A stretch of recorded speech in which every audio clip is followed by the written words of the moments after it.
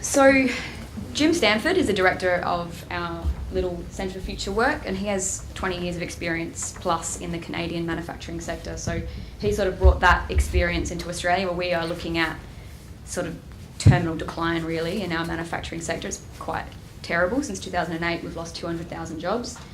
And we develop those sectoral strategies, and we've done things like summits which look a bit like this, where the whole manufacturing sector gets together and we get policy, we get bureaucrats, we get politicians, and we encourage the manufacturing sector to unite because it's in the interest of the economy long term, but also in the interest of decent jobs for people, and that's our perspective.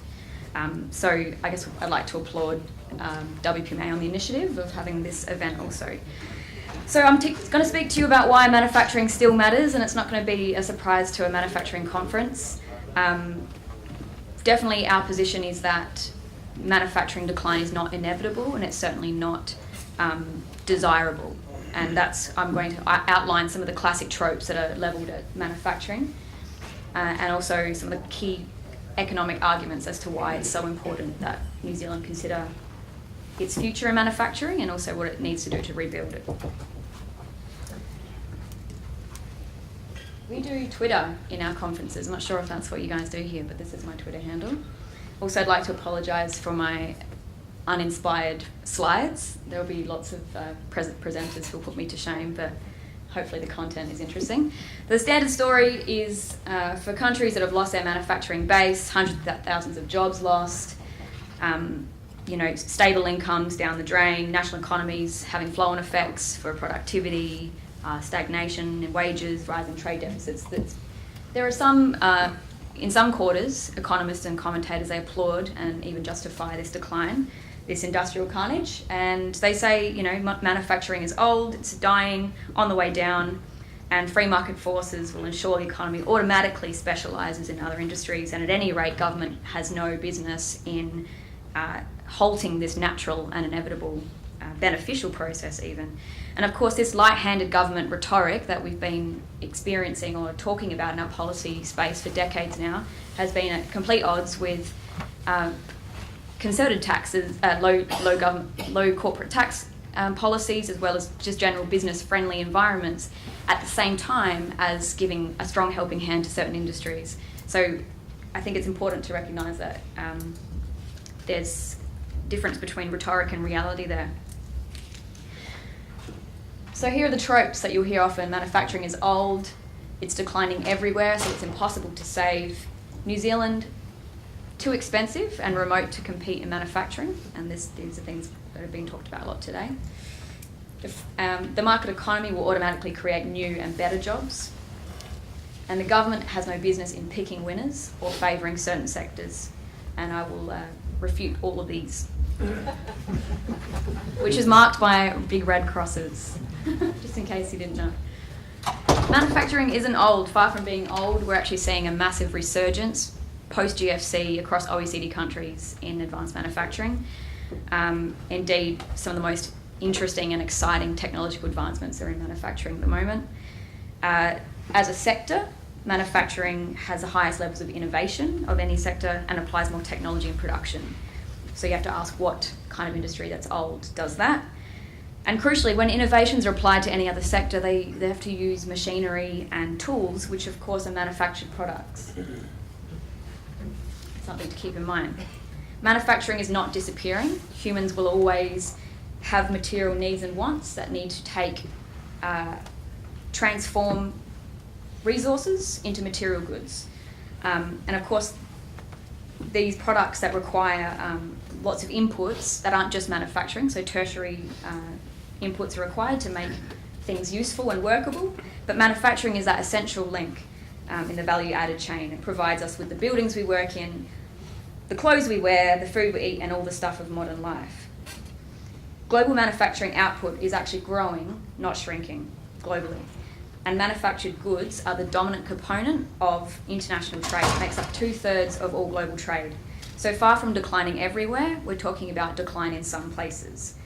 And New Zealand's loss of manufacturing has been worse than other industrial countries, but at the same time, your manufacturers' purchases are increasing. Here are some recent OECD stats. that show manufacturing share of total jobs, which is one way of measuring the size of the sector. In New Zealand, 10% of all jobs are in manufacturing, and that change is a 2% decline from 2010. Up to 2010, it was a 2% decline in New Zealand, so there's a massive shift there. But actually, the OECD average now is at 14%, and the rebound to 2017 has been a 7% increase rather than 3% decrease, which does reflect that resurgence I was talking about. But there's a silver lining, because at least you're doing better than Australia. Which, as an Australian who used to live in New Zealand, I know that you like these kinds of jokes. So.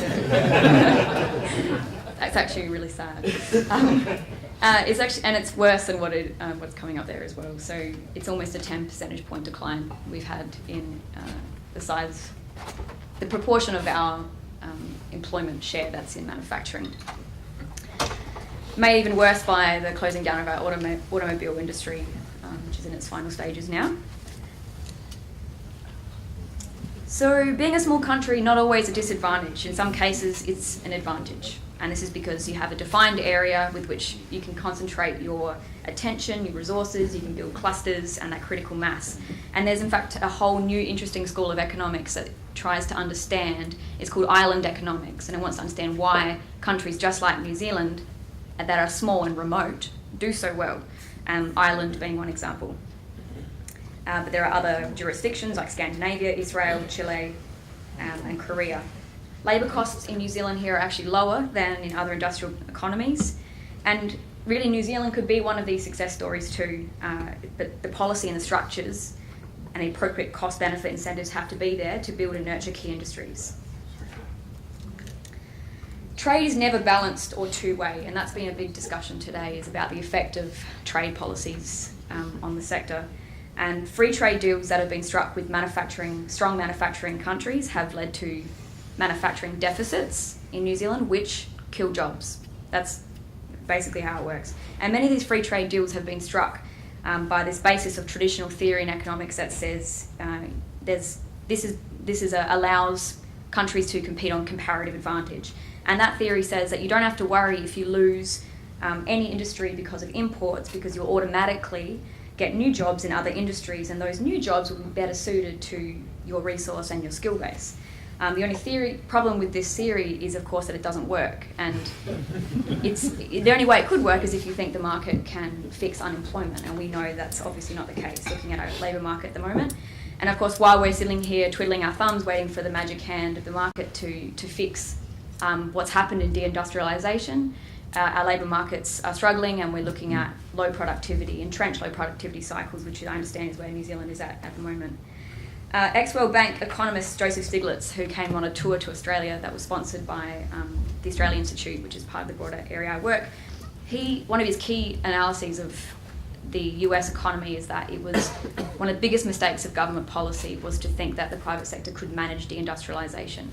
And this has been a complete failure, and does feed into our political scenario we're in now. And so you have to ask, even if this theory did work, what kind of jobs would be left behind? Raising cattle, dairy cows, chopping down raw logs and exporting them, and other highly resource-dependent jobs, which are ultimately vulnerable to economic, geopolitical and environmental risks. We're not talking about, primary production is not sophisticated. You're always going to be struggling at the margins. It's about that question of how you're upgrading to more sophisticated, diverse industries, of which the country is well and truly capable of doing. And it's not even clear that these free trade policies are working. I think New Zealand is an interesting case for this. This shows total exports from New Zealand in goods and services as a percentage of GDP. And since the turn of the century, this has been declining pretty badly. And I think this dependence on low-value, resource-dependent exports is definitely part of this part of the reason for this decline. And if you want to expand trade, you have to expand the sorts of products that you're capable of producing. Perhaps more, value-added wood products instead of raw logs. They're one way of boosting New Zealand's exports, and Finland is one country that does it. So, why can't New Zealand give it a go? So, what about this myth that governments can't pick winners? It's been used as a way of justifying deregulation and privatisation and the general reduced role of government in managing the economy, but the doctrine has been applied in a very one-sided way. So So if you were to study the full production costs of other industries, you would see that a great many sectors receive an active helping hand from government, finance being the most obvious, property development, agriculture and resource extraction, and these are industries that New Zealand actually has in common with Australia, with strong government subsidies and support. And experience in other leading manufacturing jurisdictions like Korea, Germany, Scandinavia, that shows that active policy support from government delivered in many different ways is universally critical to manufacturing success. So the conclusion really is that there is no post-industrial economy. As long as we have the need for manufactured goods in modern human life, there will never be a post-industrial economy or an information economy or a knowledge economy. I think these terms are very misleading. We can't eat knowledge, we don't wear it or live it. To be sure, the faster flows of information that we're seeing with the rise of new digital technologies is changing the way that we produce, changing the way we live, and the way we work. But it certainly doesn't mean that manufacturing is disappearing. I think I use an example of a massage therapist is one of a service in the service economy. Not even a massage therapist that uses just their hands and their labour does that without oil, a bench, a sound system to play the new age meditation music. And I think a larger share of GDP, as national income increases, a larger share of GDP will go to services. That's the tendency. But this is partly because manufacturing has been so successful in becoming more productive and more efficient. So manufactured goods become relatively less expensive and then form a smaller portion of the GDP, but a manufacturing base is still key. Another thing to keep in mind is, I have to say this as like a geeky economist angle, is the statistics often lie around the size of the sector too. So if a manufacturing company is to outsource their accounting work or cleaning work, that'll often show up in our statistics as a service job or a professional services job. So it's just something to keep in mind. I won't go too much into that. There's more to say though. So going into 5 key reasons why manufacturing matters. We don't support manufacturing because we're nostalgic. Although, if you saw the glint in my mother's eyes when she holds up this crankshaft that was made in our area, she thinks it's a piece of artwork. Like, there's probably a little bit of nostalgia there for me. But mostly we're talking about strong economic arguments for manufacturing.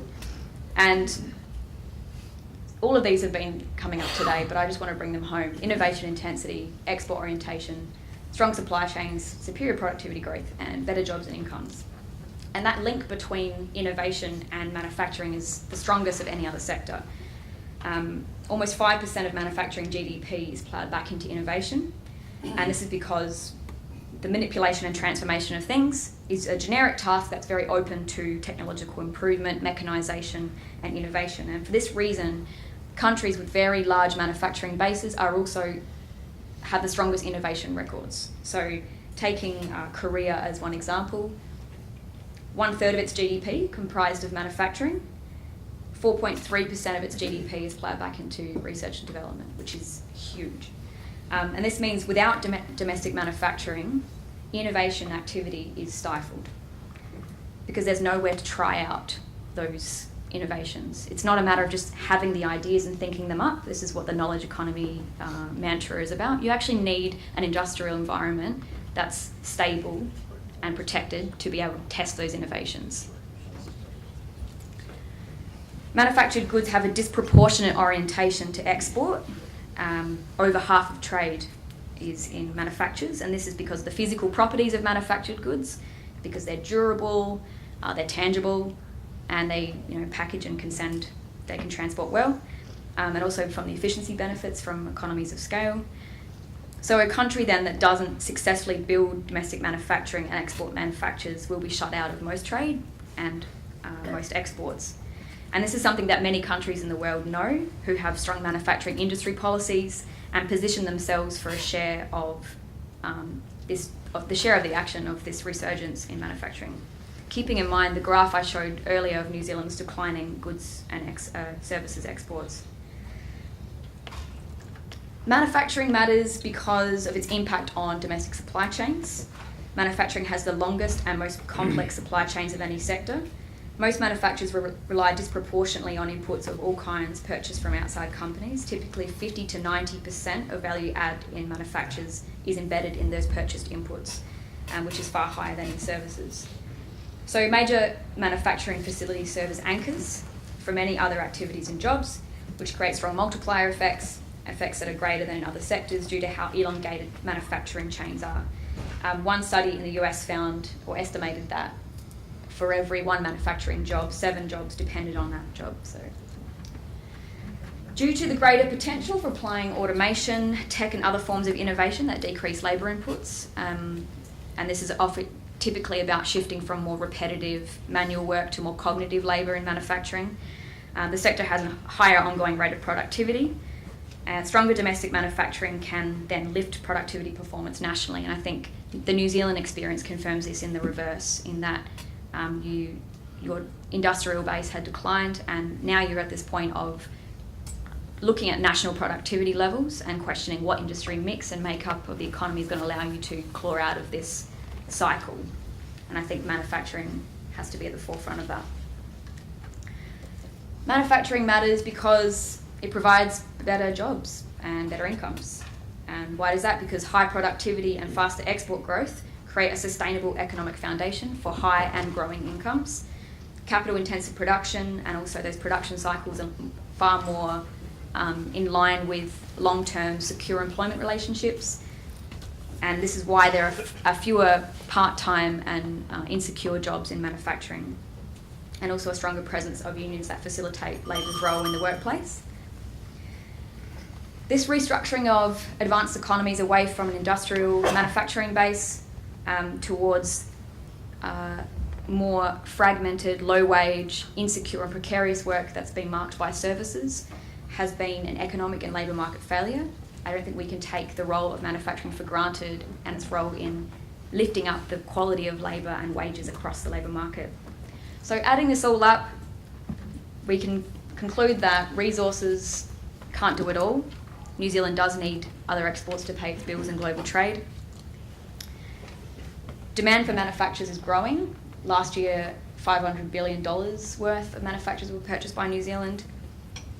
International experience certainly shows it's possible to expand manufacturing in developed economies. It's not beyond your limits. And manufacturing generates nationwide spillover benefits through higher productivity growth, incomes, innovation and exports. So it would make absolute sense for New Zealand to have a manufacturing policy.